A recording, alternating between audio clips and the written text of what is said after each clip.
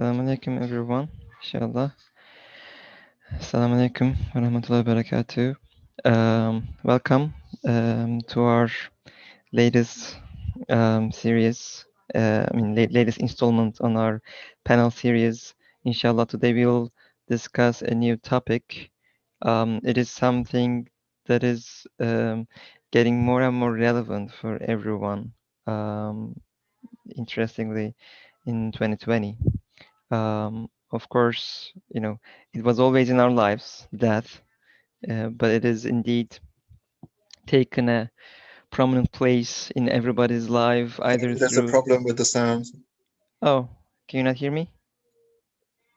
No, you're talking over yourself. Oh, this is weird. I can hear. I heard everything here. Okay. Koyun hocam, would you like to check your speakers some? Or I can start, don't know. Sorry, it might have been my problem. I could sound I heard everything. Yeah, it's fine. Okay, sorry for the trouble.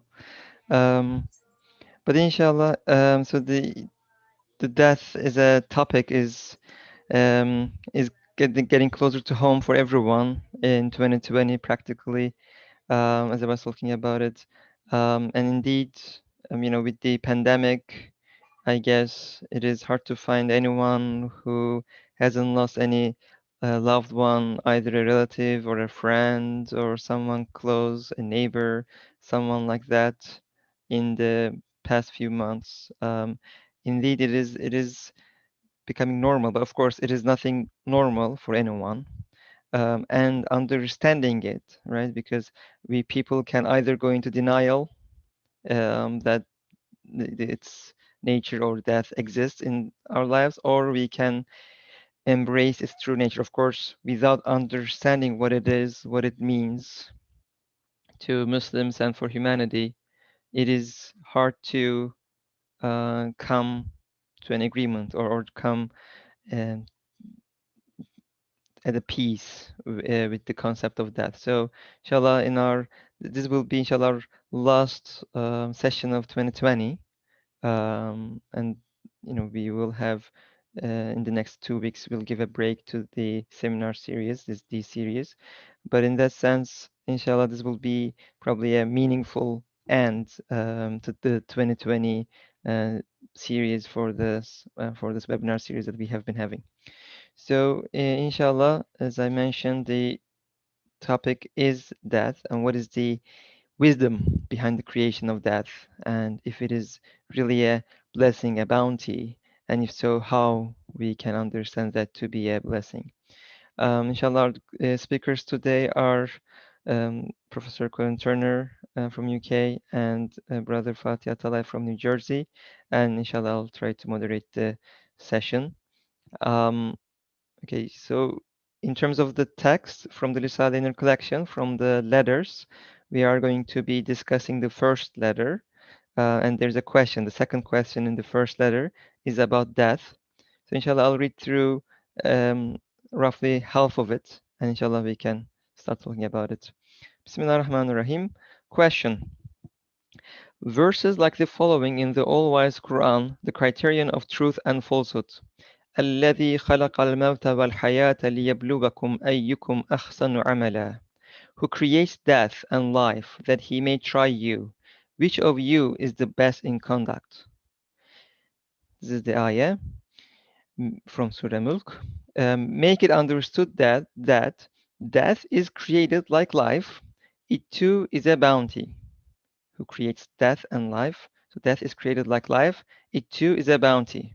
Whereas, apparently, death is dissolution, non-existence, decay, the extinction of life, the annihilator of pleasures. How can it be created and a bounty?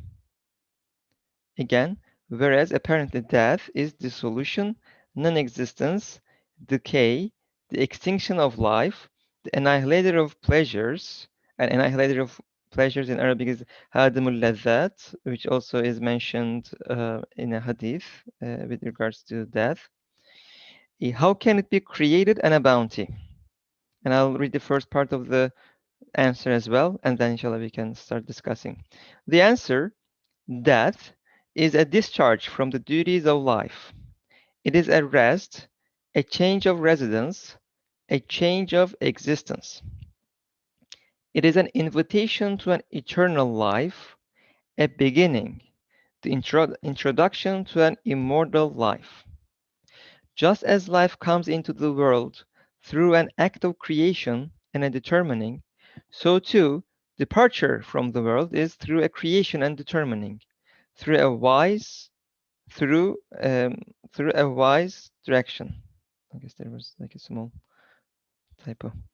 For the for the death of plant life, the simplest level of life, for the death of plant life, the simplest level of life, shows that it is a more orderly work of art than life. For although the death of fruits, seeds, and grains appear to occur through decay and dissolution, their death is in fact a kneading, which comprises an exceedingly well-ordered chemical reaction and well-balanced combining of elements and wise formation of particles.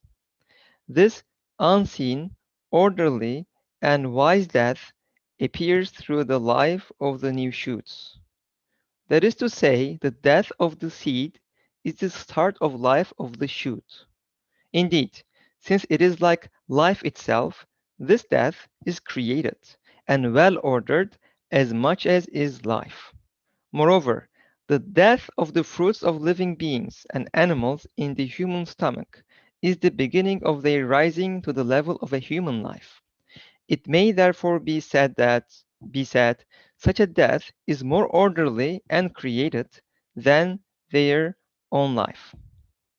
Thus, if the death of plant life, the lowest level of life, is thus created, wise and ordered, so also must be the death that befalls human life, the most elevated level of life. And like a seed sown in the ground becomes a tree in the world of the air, so a man who is laid in the earth will surely produce the shoots of an everlasting life in the intermediate realm. Okay, so inshallah, I'll stop here. Go back to the beginning, and inshallah, um, um, we'll turn the microphone to our speakers. Um, Maybe Brother Fatih, we can start with you. Um, how should we understand this question and the beginning of the response? First of all, I want to mention something about the ayah. Sure. My understanding is understanding the true meaning of death and life is an important part of our trial in this world. That's why it is mentioned like after right after he mentions he is the one who created death and life, so that whoever is doing good, whoever has the best conduct in this world. So understanding life, the true meaning of life and death is very important in terms of our being tried on this world. And here there are like 2 points to this question. The first is death is a creation as much as life is, and our perception of death is usually absence of life. When life goes away and there is death, it's something created. And the second part is you didn't read that part yet, but it's about how death is a bounty and blessing for us. Yeah, there's actually an interesting point. Like when we talk about darkness, it is the absence of light. And so we don't consider darkness as a being or as a created thing, like light is. But in the case of death, also it can be it can be observed as lack of life or absence of life. What you're saying and what this is saying, based on what you're saying, Fatab, is that it is not like that. It is not really just an absence of life. It is something bigger, something created. Do I Yeah, and understand correctly? yeah, and like Nursi gives, Ustad gives a couple of examples here. For example, discharging from duties. Like think about a soldier who is in military service, and then someone who doesn't know anything about military service, if she or he observes this discharging event, I mean, he's gonna see that they're taking away everything from him, like the guns, clothes, etc., all the equipment he has, Mhm. and he may see it as a bad thing happening, but in reality, like he's done with his military service, and most probably he's very happy that he's going back to his family and friends, um, and also it's a beginning of a new life for him. That's one of the examples he gives here. Yeah. And also another thing is discharging in like military requires as much planning as recruiting, because like you don't want too many soldiers and you don't want uh, less soldiers, so it needs planning as much as recruiting does. So like that is like that. It is created with the plan of Allah, uh, as much as like coming into this world and being given life is created by Allah. Mhm. Thank you. Yeah, great points indeed. Um, Dr. Turner, Konobi, would you like to also comment on the question and also some of these things that we have been discussing? I hope you can hear us better now. Oh, I guess he. Okay. Um, Can you hear me now? okay. Yeah. Okay. Yes. Bismillah. I think we need to contextualize death, first of all. In secular society, death is the last taboo, really. Death anxiety is possibly the most pervasive human trait there is, and it's because of this that we prefer to sweep death under the carpet, where it belongs, according to the secular mindset. We refer to it with sanitized expressions and euphemisms, such as passing on. Death is perceived to be the very end of human experience, the extinction of life, as it says in the text, and the bringer of destruction and decay. So instead of seeing it as a common experience that is waiting for all of us, and which is to be properly understood and internalized, what the secular mindset does, it veils it in black and tries not to think of it. But in reality, as Ostad says, death is created along with life. And in fact, it's very interesting that in the verse, death is mentioned before life, to show that death is created as part of life. And there's nothing at all to be afraid of or worried about. So Ustad Nursi reminds us of this Quranic verse which posits death and life as part of the divine test. We are beings who are hardwired to desire immortality. It's in our DNA to want immortality. And in actual fact, our original source is the Gardens of Eden, paradise, where we enjoyed an existence with the Creator in a boundless, eternal realm. And our creation on earth consisted in God moving us from one realm to another. So that was a kind of death and birth, moving from one realm to another, from an eternal realm to this transient realm, one that's limited and finite. And this movement, this transition is very important because without it, we are unable to understand that we are creatures designed for eternity. So it's all tied up together. Now, an example that I usually use is that of a fish.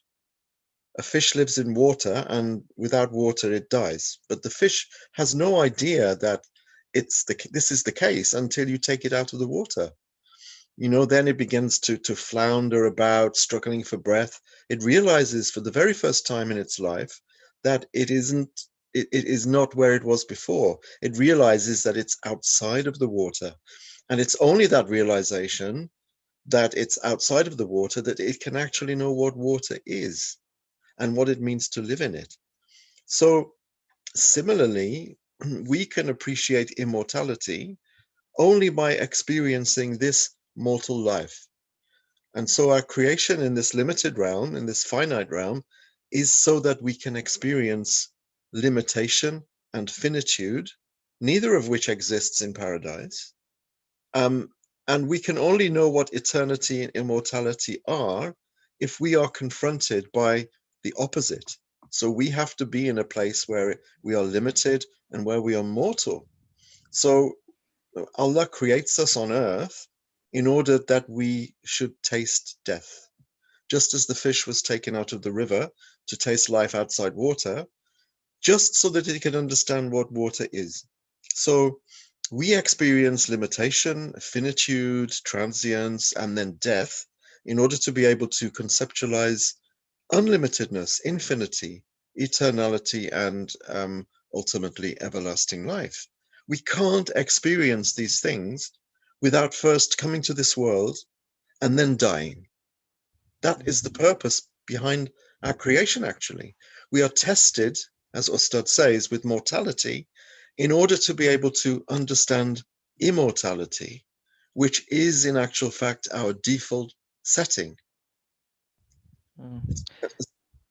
Yeah, sorry.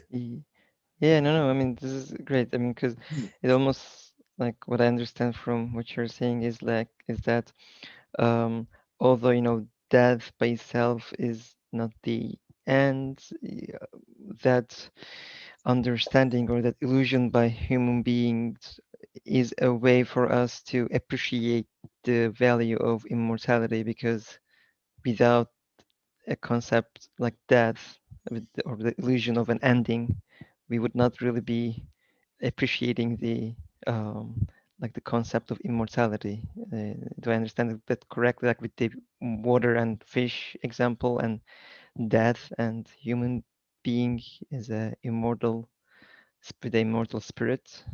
Um, Yeah, you've understood it as it is. Without death, we wouldn't understand immortality at all. mhm. And it's portrayed as something loathsome because it's not understood correctly. If the reality of death were understood as you've just said, no one would be scared or apprehensive about dying Yeah. if it were understood properly. But of course, there's a reason that death needs to be depicted as something to avoid, because if we were truly aware of how necessary and how beautiful death is, what would stop us from ending our lives? One of the reasons that suicide is forbidden, and with a threat of eternal punishment for those who take that route, is precisely that. It's to prevent people from taking their lives and their deaths into their own hands. Yeah, yeah, great point there. Indeed. Thank you. There is now the example of a plant and their simplest, level of life, and and this beautiful example. It's a long one, but it is a beautiful example of the simplest level of life, and I think probably probably is can be connected back to the wisdom that we see in the world and everything. And the example of the plant, to summarize, is that it goes under the earth, but just to give shoots, the seed goes under the earth, goes through these reactions like we do as human beings, go under the earth after death. But like there is these shoots that are coming out, and then there's a death. So how should we understand this example and how this like from a plant connection to the human being, how should we understand that in the whole, you know, um, bigger picture in the universe and universal laws and what we see? Brother Fadi, would you like to take a shot at that first, in this Yeah. example? If you wanna, for example, if you want to save the seeds forever, then it also means that you won't have any new plants or crops. So planting them under soil seems to be letting them decay and dissolve into soil, but at the same time, it is start of the life of the new plant. So even the life of plants ending by like seed dissolving in the soil is start of a new life, then human being dying and then going under soil, we know for sure that Allah subhanahu wa ta'ala will not let it happen. So there should be a bigger thing behind that decay, like the seed decaying and then becoming a new plant. Hopefully, if we understand our purpose in this life and act accordingly, we will grow like a new plant in the hereafter. Yeah. So in the sense that like I guess in the Risale we see this a lot too in other places, like comparing human beings to other beings. Like I guess does it require us to understand some of the Esma Husna, some of the beautiful names of Allah in order to understand like this universality of some of these facts? Like, is it because like for someone like okay, for plants this is the case, but like people can think of like I didn't see a tree growing out of a grave, right? Like, is it like how should we like because it requires some sort of a contemplation, I guess, to be able to make that connection. What is the connection that we can make? Is it like the manifestation of certain names of Allah around these or things Yeah, like for that? sure. I mean, the 10th word about the hereafter is like maybe 50 pages, all about this, like how manifestations of names in this world requires a hereafter. So whatever we do here won't be meaningless.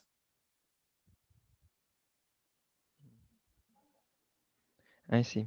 So, yeah, that's a good point. Like, I guess it's also a connection to the concept of hereafter and For example, like, yeah.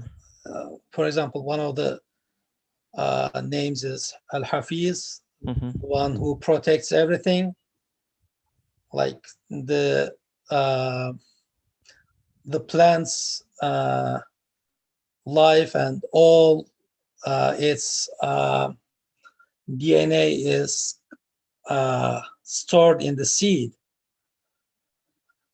and that seed protects that information and plan for the next plant. So when we put it in the ground, there comes a new plant with that information that was put in during the life of the previous plant. So everything we do is recorded, and we know it for sure that like we have a small example of this, that recordings in our brain. So even a creator who doesn't even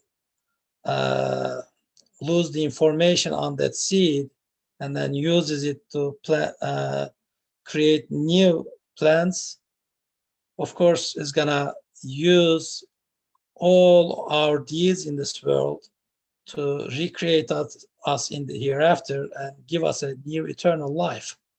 That's one of the examples from 10th word, but there are other names which require that our deeds in this world will be judged in the hereafter, and we will have an eternal life accordingly. Yeah, indeed. A great example, Jazakallah. Thank you. I mean, just the name Hafiz, I guess, is really like when it comes to seeds, protecting and preserving all that information, and that comparison, right? And we have also, I guess, human beings have DNAs and things that also point to the fact that everything is preserved in our end, our memories and things. So indeed, that's a great example of how a universal law of preservation should also play out in the human realm. Thank you. Kon Hocam, like in the sense of this example, but also there's a question from one of the audiences. I mean, comment slash question. I'll also say that so that you can comment both on this plant versus human being example, but also there is this question. I'll mention that, and then you can um, address both or either. So the question is that could we say that death and life are just different angles to see the truth? And the audience gives the example of like such as an arrow coming in from one angle and an arrow going out from another angle. So is it like, I guess, continue saying that in this sense we are already both dead and alive? That part I don't understand. Maybe you might wanna open it up, but um, there is that question, so question slash comment again, but also this example of plants and human beings, and I guess the universal truth that this points to. Would you like to comment on The these? question, the question is interesting. Excuse me. Are they two different perspectives on the same thing? And I think, yes, they are. Ustad interestingly begins the discussion by focusing on death as an act of creation. Death is not a state, it's a process, much like any other biological process. And I'll get to the tree example in a minute because that's a good example of it. This process is created, and whatever is created is innately good. So the notion of death as something evil is rejected from the outset. So we can put that away, we can park it and put it away. Death is not the absence of life. It's not a lack or a privation. Entrance into the world happens through creation, and departure from it is exactly the same. It happens through another act of creation. So it's exiting and departing. It's coming and going. It's arriving and departing. That's all it is.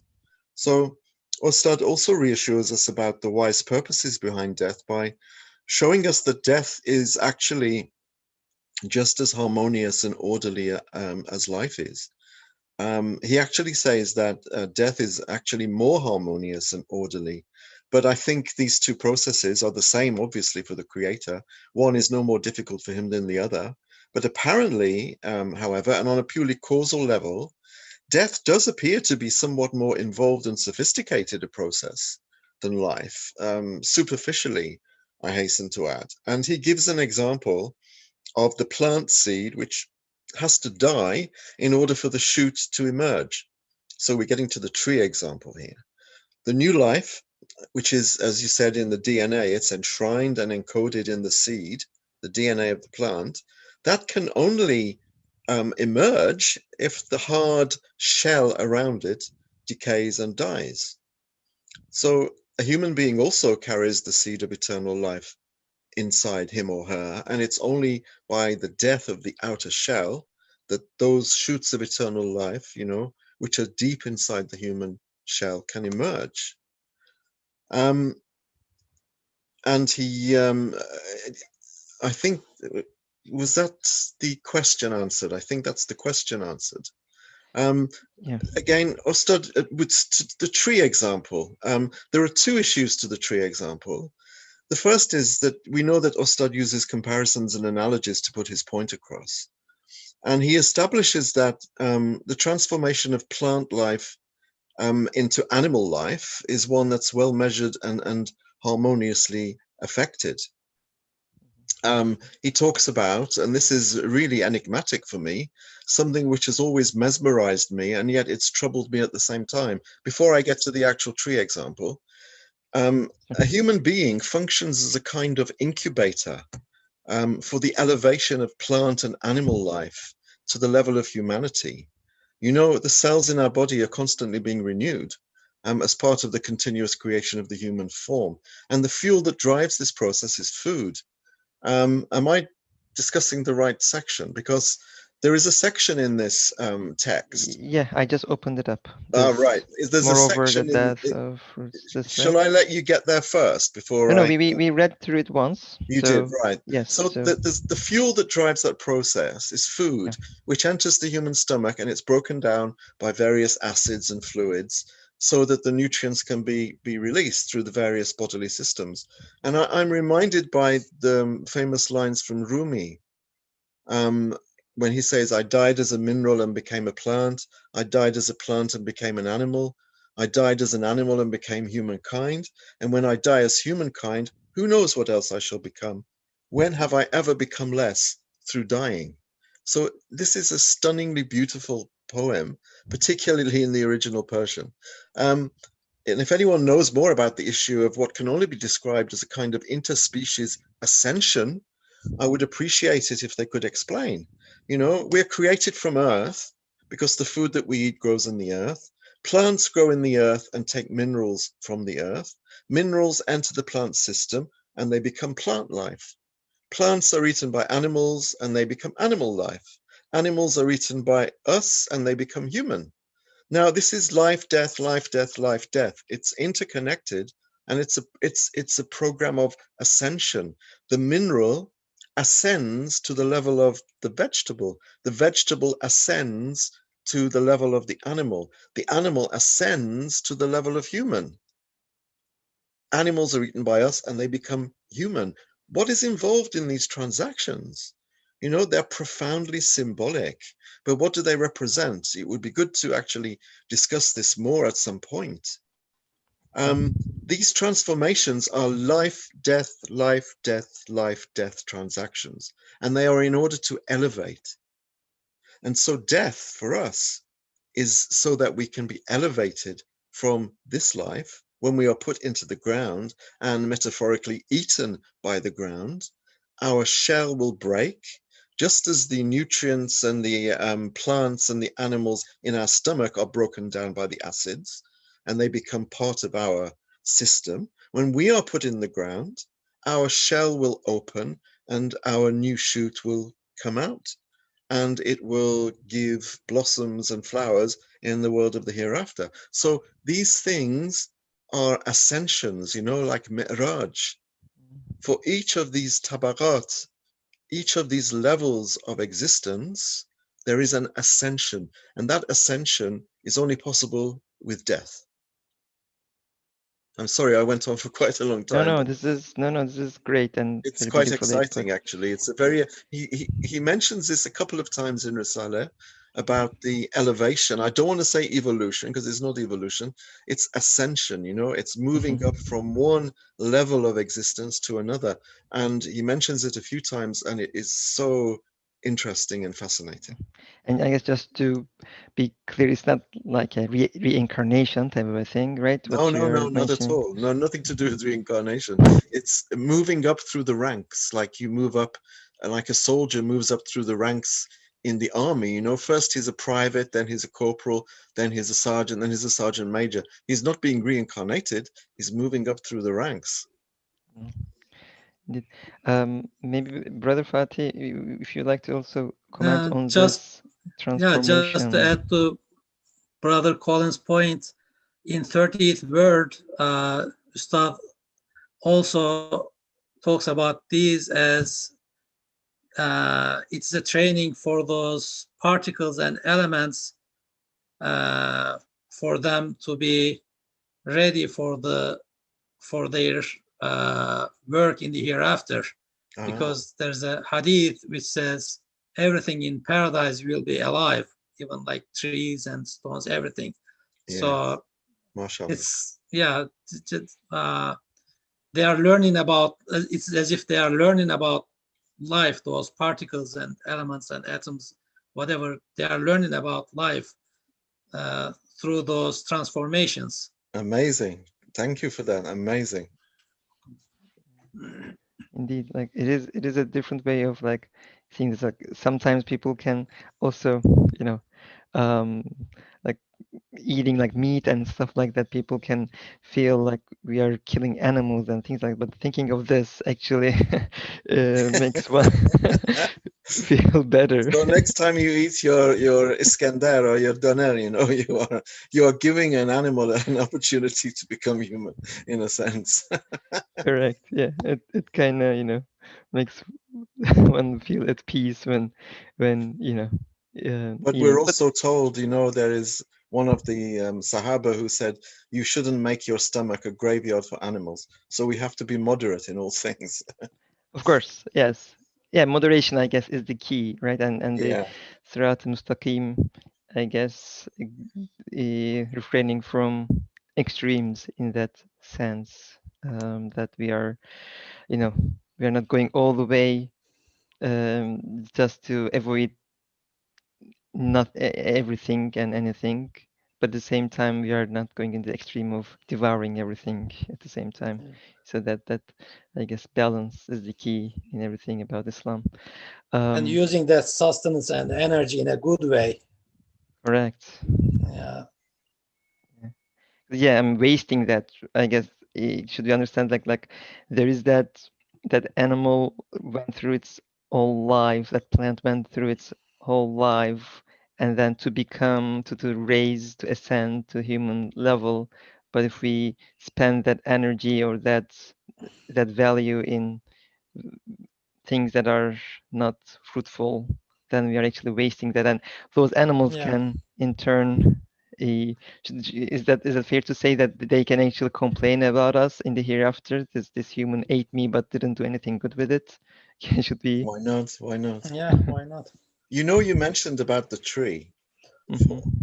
You know, Ostad uses comparisons and analogies all the time to put his point across. And, you know, he's established that the transformation of plant life into animal life is very well measured, very harmoniously affected. Now, if that is the case with plant life, he says, you know, how much more so will the transformation of humans be, you know, when it's our turn to move on? So you asked, is it a valid a way of, you know, talking about things to compare us with trees, for example? Yeah. But it absolutely is, and he does that all the time. He talks about how a seed that you sow in the ground becomes a tree in what he calls the world of the air. Now, if you consider the analogy, see how beautiful it is. The tree has got roots in the ground and the soil, and it sends forth its vast, huge shoot, which is the tree trunk, into the air where it sprouts branches, flowers, blossoms, and fruits. So the world of the air is the trees hereafter. That is the place where it produces its fruits. And the fruits are the outcomes of the tree's prayers. It's qawli and fa'li dua, you know. And you can see by the branches, which are like arms outstretched, you know, praying. So the branches are also like a reflection of the roots. Similarly, we are rooted in earth as human beings. Our feet are like the roots of a tree. And when we pray, we stretch our hands out to the heavens. And if you look at your fingers, you will see that they also look like your toes, in exactly the same way that a tree's branches resemble its roots. And like the tree, we are also stretched between the heavens and the earth, you know. We are a barzakh between the heavens and the earth, with our origins in the soil, in materiality, and our future is in the heavens, in spirituality. And where you end up will depend partly on the kind of fruit that you produce, the kind of seed that you sow. So the tree is a perfect representation of human life cycle and death, the life cycle and death. And Ustad Nursi knows this. He loved trees. He called trees. He called them by names. He called one tree his auntie. He made a house in a tree. So trees for him are very important, and he uses everything to analogize and to make us understand. And that is why these things are there. You know, trees are there for us to take these lessons from. We live in a symbolic world, and Said Nursi understood this better than anyone. Yeah, and should we also say that this is one of the methods of the Quran as well in the examples and the things that we see there, right? Like, Precisely. Yes. Do you not look at this? Do you not look at that? Do you not look at the other? mm, And Said Nursi mirrors this, you know, and he makes a tree into a theology lesson. yes. Who else does this? I don't know anyone else who does this. I haven't come across anyone who does this to this extent, at this Mm, level of eloquence and clarity and cohesion, you know, mirroring the Quran perfectly. subhanallah. Great. Um, should I go through the second part, um, which is the how death is a bounty and a blessing? You're the boss. All right. I mean, if anything else you wanted to add here, you can. Otherwise, I'll read through that, and then, inshallah, we'll probably have a chance for remarks for another 10 minutes for those. Okay, I'll go ahead here. Okay, Bismillah. As for the aspects of death that are bounties, we shall point out four of them. The first, it is a great bounty because it is to be freed from the duties and obligations of life, which become burdensome, and is a door through which to join and be united with the 99 out of 100 of one's friends who are already in the intermediate realm. The second, it is a release from the narrow, irksome, turbulent, and agitated prison of this world, and manifesting an expansive, joyful, trouble-free, immortal life. It is to enter the sphere of mercy of the eternally beloved one. The third, there are numerous factors like old age, which make the conditions of life arduous and show death to be a bounty far superior to life. For example, if together with your very elderly parents who cause you much distress were now in front of you your grandfather's grandfathers in all their pitiful state, you would understand what a calamity is life and what a bounty death. Also, for example, it is understood how difficult are the lives in the conditions of winter of the beautiful flying insects, the lovers of the beautiful flowers, and what mercy are their deaths. The fourth, just as sleep is a comfort, a mercy, a rest, particularly for those afflicted by disaster and the wounded and the sick, so too is death, the elder brother of sleep, a pure bounty and mercy for those struck by disaster and suffering tribulations which drive them to suicide. However, as is proved, however, and it's a big however, I think, however, as is proved decisively in many of the words, for the people of misguidance, death is pure torment like life, and pure affliction, but it is outside the discussion here. So, shall comments on these four aspects, but also I think if you would like to touch upon um, the how death takes its shape when it comes to when it's not reflected upon a believer's heart, probably is worth mentioning as well. So I'll leave the floor open, so either to discuss these aspects and also how these might not be really applicable if you do not really have belief. Brother Fatih, would you like to lead us there? Yeah,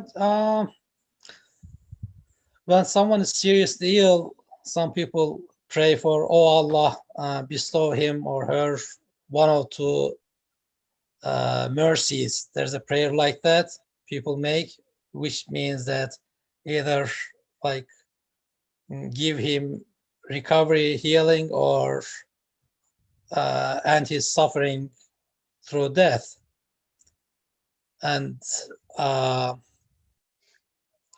Another thing we usually say in Turkish is like rahmetli oldu, like he went to the mercy of God, means something like that. So it's a mercy for some of those people who are seriously ill or like very, very old and then cannot take any more treatment because of their weak bodies. I mean, it's I think the second part, death being a bounty and mercy, is, I think it's understood more easily than the first part of this this question and answer. Yeah. See.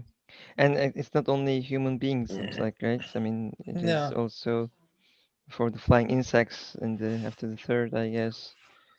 Looks like Yeah, it is also. even animals, for example, slaughtering, they call it cruel and thing. But think about it. I mean, if that animal is not slaughtered, which takes like a couple of seconds or less than a minute to die, and if that animal suffers and dies through an illness, it's going to take weeks or sometimes years. So when you think about that, even that's a mercy for them, for the animals. Yeah, correct. And everybody is going to die. Every living thing is going to die. So I guess probably like when we connect to again Ismail Husna, and if we I guess connecting also to the very end, believing in a all merciful creator, I guess we should also then internalize maybe that how we I mean I guess what you're saying, like everything is going to die. It's not like if we are going to die, it is like how we are going to die, and looks like it is in the most merciful way that it is possible. That's what I am getting out of your comments. Is that correct? yeah. Yeah, great. Colin Hocam, would you like to add to that? But also, I guess if we come to the, how this is connected to belief, and really like how that doesn't really, I mean, all these, I guess, consolation, all these bounties isn't really helpful if you don't really have belief. Can we, is that a fair thing to say here? And also any of your comments about like the death being a bounty and a blessing. Clearly, if death is a release after a long illness or after some calamity which leaves someone incapacitated and unable to function, then death, of course, it's a mercy, it's a bounty, and it's to be welcomed. But obviously, the more materialistic we are, if we are unbelievers, then I don't know how people can even register death on their radars, you know. Death is something that's not talked about, as we said before. It's not seen as part of life. It's seen as something that you just do not discuss. It's a taboo. And in order to evade thoughts of death, one has to self anesthetize, either through drink or drugs or entertainment or some other kind of, diverting factors so that we can escape the thought of death. The thought of death must be terrifying to someone with no belief. Even for believers, the thought of death is often very, very frightening because mostly we are thinking of, our missed opportunities, our sins, and things like that. But for someone to believe that death is annihilation and eternal nothingness, that must be the most terrifying thought ever. I'm not sure whether actually anyone really does believe that, because it would be insupportable. How would you tolerate that burden, that terrifying burden of knowing that you are going to go to eternal annihilation or eternal alienation? Yeah, indeed, indeed, good points. I guess at the end of the day, in that sense, belief is the source of all happiness. It also makes something like death into pure happiness and pure purposefulness, I imagine. There is a comment from one of our readers. I'll read through it, and I guess it is something that was discussed, but they wanted to also make a point out of it, and I'll read through it so that we can also put in our reflections, and then after that, inshallah, we'll only have a few minutes left. So that is, it comes and it says, plants also have a life. If moderate killing of animals is execution, it is also same for the plants. Plants also have a life that should be protected. Moreover, all have a limited lifetime. So I guess contemplating over all our mortality and look for the eternal source is the only evacuation door of the dilemma. Otherwise, that precious love for the life falls into emptiness. I guess this probably talks to the transformation of the life in that sense. But would you like to reflect on this piece? I guess some of this may be maybe already discussed in some case, but like plants also having life. I guess it is a level of life. I guess it is mentioned. Maybe we can start a bit of that. Like the plant life is not really the same as animal life, and animal life isn't the same as human life, and but they are still lives and valuable. And that transformation, like, is there like a is there like a grade or a degree, or like how should we understand that degrees? Maybe, it's not like how, in what sense do we tell this superior to this or that, or should we even do that? Um, Brother Fatih, I mean, would you like to talk about, like, I don't know, like, is it like the different level of life, and like how can we understand like plants, like it's not literally conscious, like, these concepts of like the hayat, the issue, right? Like Yeah. the having of life, but having of conscience. Is that the difference? How should we understand the plant life and that? Maybe we can do a quick comment on that. Yeah, I mean, animals have uh, more capabilities than plants in terms of like making kind of decisions, understanding stuff. And human beings are a level higher than animals in terms of having intellect and understanding and making choices. So there is certainly a difference that we observe, but it doesn't mean that they are not doing their duties as showing the or making read the attributes of Allah on their own actions in their own capabilities. So it doesn't mean that they have less value or more value, but like there are certainly levels. I see. Yeah, I remember that piece about like in the Risale about like um, do not see yourself as higher than other Yeah. things, because you're equal, because you're all created. Is that a way to understand that? Maybe that we are all created by Yeah. the same And creator. I mean, like one place Nursi mentions that uh, plants show names and attributes of Allah in a more, in quotation, pure way, because they don't have any uh, capability of choosing something. I mean, animals have that. I mean, animals can choose to kill another animal or eat already a dead animal. So animals have a little bit of choice, but plants, I mean, they are more pure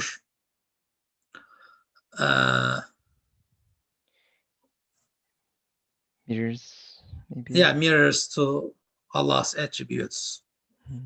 I mean, yeah. Animals have more variety, but like sometimes they hide some stuff because of their choice. And human beings, they can be a mirror or just something black as coal and reflect nothing. Yeah. Yeah, it is indeed like probably something that is worthy of another discussion, how to understand the concept of life and also how each level of life is actually manifesting the names of Allah. And yeah, as you said, that's also a great example, like plants being so, and I guess as Kolno just said about the that Nursi giving example of plants and trees a lot is probably about that, is that they are I guess a more pure mirror of the manifestations of the names of Allah. Indeed. Any comments from you, Kulnajam? I know we kind of digress a little bit, but we are also close to our ending time.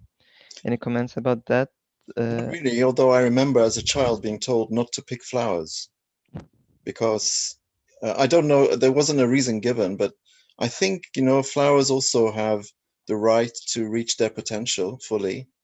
And if you pick it, then you sever it from the soil in a sense. And I think picking flowers selfishly to, admire them for yourself in a vase, it's okay. I mean, it's not haram, but in a sense, you are uprooting them from the soil of the divine names, and they die more quickly.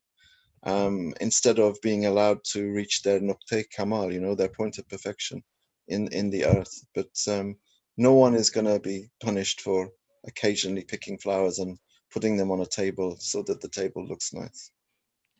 And probably it comes down to the intention too, I imagine. Yeah, absolutely. Yeah. Great. Right, we're about done in terms of time, I guess. I don't see any more questions from the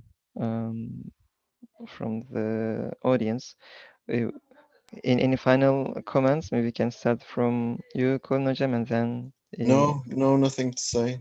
Thank you for another very good session. Great, thank you. This was a pretty good session. Again, probably very relevant to the times that we are living in as well. If Fatab, any final remarks from you? Otherwise, we can maybe get a dua from you. No, thank you. I mean, would you like to make a dua for us then, inshallah? Yeah, may Allah understand these and then have us a good life and death. آمين. سبحانك لا علم لنا إلا ما علمتنا إنك أنت العليم الحكيم وآخر دعواهم أن الحمد لله رب العالمين. الفاتحة.